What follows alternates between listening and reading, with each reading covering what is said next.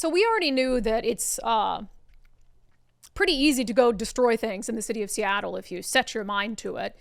And you also know that there probably won't be many consequences for doing so as long as you're like on the left, right? As long as your graffiti is targeting people on the right, they're going to be just fine with it. But what I didn't know is that volunteering to clean up graffiti would be made so darn hard by the government. This segment is brought to you in partnership with our friends at Future 42. Turn your frustration into action at future42.org. Make sure you sign up for their newsletter to be alerted to opportunities to do that.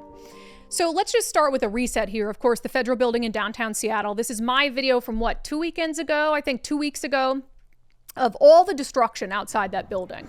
Like, I mean, penis drawings, F-ice, ACAB, all cops are bastards, like all Gestapo, all measure of violent words, curse words, like I said, phallic artwork.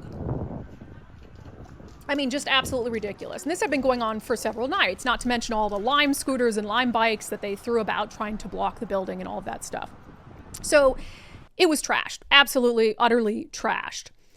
And then there's another protest, and then people are outside. And then I was down there the other day, and it was all still there. And not just on the windows out front of the federal building, but all around the building. The whole block, every entrance, every exit, on the brick, on the concrete, on the sidewalks, on the windows. Days and days and days go by. And it's still there. And it never should have been allowed to happen in the first place. I mean, these rioters were allowed to take over these buildings, to block entrances and exits with no punishments really whatsoever.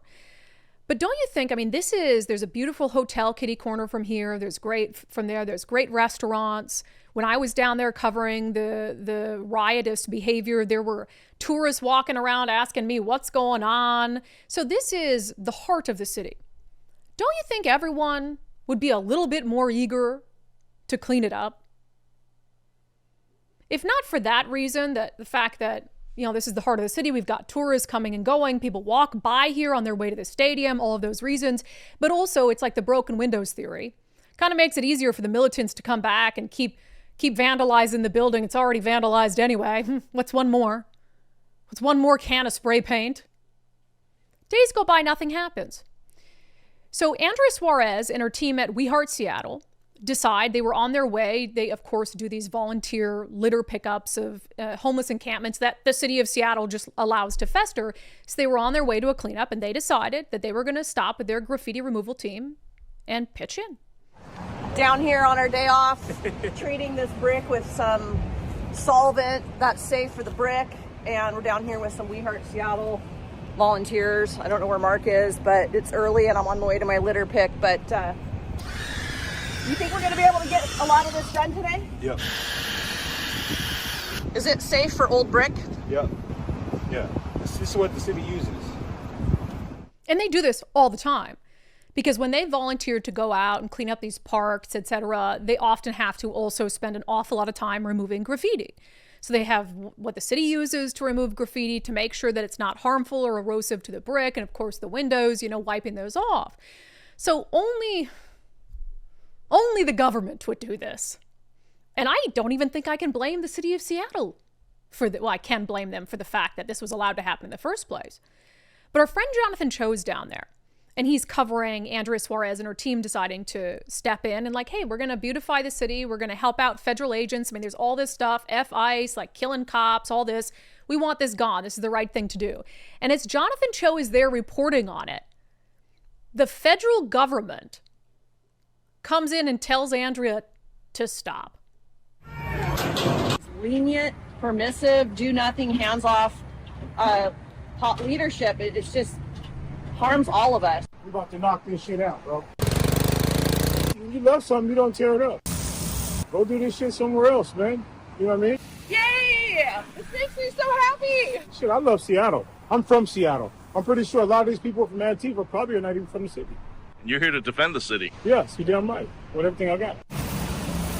We just do what we do. We clean up the city. And Billy and Derek are seasoned graffiti abatement crew that we sometimes call on. And It's already been treated? The city doesn't want to work with the federal because it's the federal system.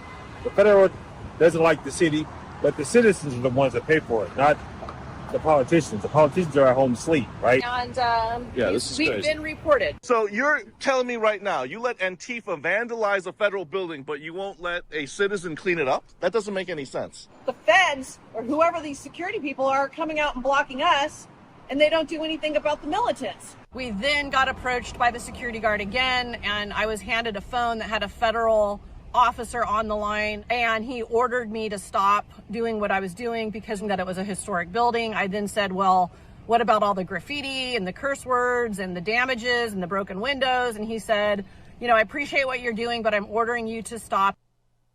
Oh my, only the government. Now look, I'm trying to put my reasonable cap on. Historic building, are these people cleaning it in the way that it needs to be cleaned? You've had like 2 weeks to clean it. The city of Seattle has had weeks to say, hey, this building, it might be a federal building, but it's sitting in our city in a high traffic area with all these curse words and slurs and all of these like death to police officers. So we're going to step in. We're going to work with the feds to get a crew in here to clean this place up. They all had time to do it. And they didn't do it. You're telling me it's worse for the federal building? For experienced graffiti removal individuals with the right equipment to come there and clean it up than it is to let it all sit there and soak in? Only the government. Only the government. God, it's easy to, vandalize things. Very hard to clean it up, apparently. Even if you have people who are willing to step up and do it for free. So I don't know. Maybe you tell me. Maybe Andrea Suarez and We Heart Seattle should have contacted the federal building beforehand, should have let them know, here's the material we have, here's the way that we do this. This is the same thing the city of Seattle has done. We're welcome, to come in. We're hoping to come in. We'll do it for free. We'll donate all of our time. Our volunteers will do this. Maybe the federal building would have acquiesced and let them help out.